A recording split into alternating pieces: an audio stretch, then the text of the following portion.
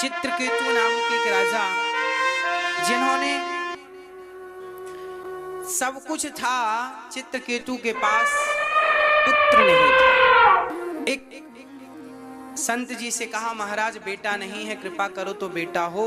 संत ने कहा, राजन तेरी किस्मत में 7 जन्म तक बेटा नहीं है। राजा रोने लगे, महाराज एक जन्म तो काटा कटता नहीं, आपने 7 जन्म की भविष्यवाणी कर दी। क्या करूं, तेरी किस्मत ऐसी है तो मैं क्या कर सकता हूं। महाराज कुछ करो। संत ने भाग्य बदला, एक फल निकाला और कहा, लो अपनी पत्नी को खिलाना, बेटा होगा। और कहा, तुझे बेटा मिलेगा पर याद रखना सुख और दुख दोनों देगा। राजा बोले, ठीक है। बड़ी पत्नी का नाम कृतद्युति था। फल खिलाया, कुछ दिनों बाद वो गर्भवती हुई। समय आया, सुंदर सा बच्चा पैदा हुआ, इतना बढ़िया था। राजा ने गांव में, नगर में घर घर लड्डू बांटे, बेटा हुआ बेटा हुआ, बधाई ले लो बधाई ले लो। खूब आनंद हुआ, उत्सव मनाया। एक रानी के बेटा हुआ था ना, बाकी रानियां जो थी उनको बेटा, राजा की बहुत सारी पत्नियां थी और बेटा एक को हुआ। और बाकी पत्नियों के अंदर जलन होने लगी कि राजा उससे ज्यादा प्यार करने लग गए हैं जिसको बेटा हुआ, हमको तो देखते नहीं। तब उन रानियों ने जलन के कारण उस नन्हे से बच्चे को जहर देकर के मार डाला। आज लोग इसलिए दुखी नहीं है कि हमारे घर खाने को नहीं है, दुख इस बात का है कि पड़ोसी 56 प्रकार का क्यों खा रहा है। दूसरों का उत्कर्ष देखकर, दूसरों की उन्नति देखकर लोग जले जा रहे हैं, मरे जा रहे हैं, परेशान हैं। यही इनके दुख का सबसे बड़ा रीजन है, कारण है। प्रिय भक्तों, उन रानियों ने उस बच्चे को, नन्हे से बालक को जहर देकर जो मारा, बच्चा जहर खाया, सोया, ऐसा सोया जागा ही नहीं। सुबह राजा रानी ने देखा मेरा लाल जागा नहीं, जाकर देखा तो मरा पड़ा। राजा रोने लगे, रानी विधाता को कोसने लगी, विधाता बड़ा निर्दयी है तू, अरे मारना था मुझे, मार दिया होता, मेरे नन्हे से बच्चे ने तेरा क्या बिगाड़ा था। अब रानी विलाप कर ही रही थी, तभी वहां देवर्षि नारद जी आ गए। नारायण नारायण। राजा क्यों रो रहे हो। महाराज देखिए ना, मेरा बेटा मर गया। नारद जी ने कहा, राजन इस सृष्टि का नियम है, जो आएगा जाना पड़ेगा, आना जाना सृष्टि का नियम है। किस किस के मरने पर तुम रोओगे, और रोने से होगा क्या।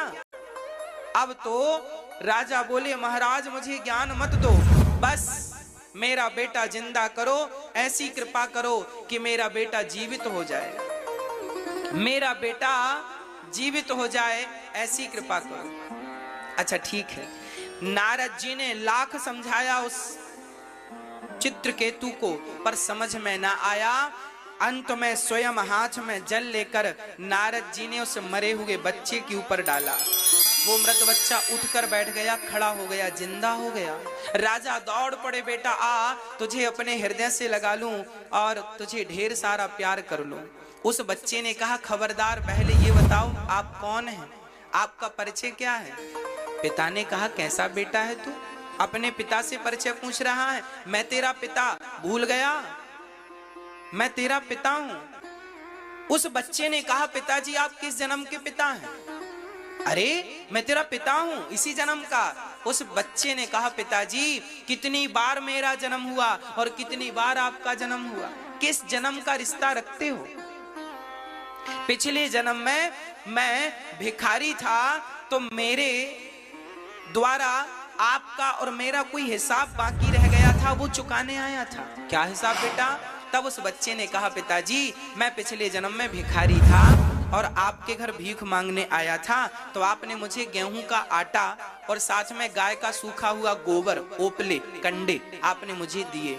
मैंने नदी के किनारे उन ओपलों में, कंडों में आग लगाई, ध्यान नहीं दिया, उनमें ढेर सारी चींटियां थीं, आग लगा दी, सारी चींटियां जल के राख हो गई। और मैंने उसी आग से 5 रोटियां, जो आपने गेहूं का आटा दिया था उसको मैंने गूंथ कर रोटियां बनाई, तो 5 रोटियां बनी। मैंने पिछले जन्म में आपकी 5 रोटियां खाई थी, सो आपका इस जन्म में 5 वर्ष तक आपका बेटा बनके मैंने 5 रोटियों का हिसाब चुकाया है।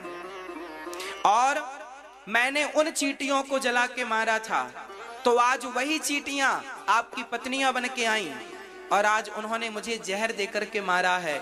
मैंने तो भगवान को भोग लगाकर रोटियां खाई, तो एक जन्म में ही सबका हिसाब चुक गया, नहीं तो पिताजी ना जाने कितने जन्म लेके मुझे सबका हिसाब किताब अलग अलग चुकाना पड़ता। भगवत कृपा से एक जन्म में सबका हिसाब चुक गया।